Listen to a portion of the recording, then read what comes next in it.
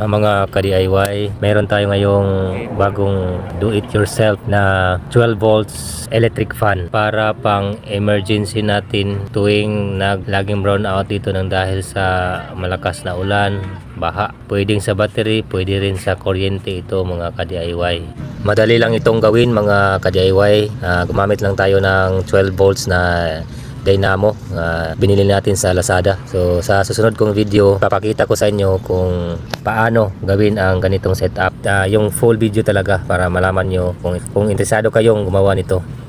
Napakatipid ito sa kuryente dahil 12 volts lang ang konsumo nito, o nasa mga 3 to 24 watts lang ang konsumo nito mga ka-DIY. Ang kagandahan lang nito mga ka-DIY ay pwede rin itong sa kuryente AC pag may adapter ka, at pwede rin sa 12 volts battery ng inyong mga motorsiklo or sa kahit anong 12 volts na battery. Aandar ito. Magagamit mo talaga to pag tuwing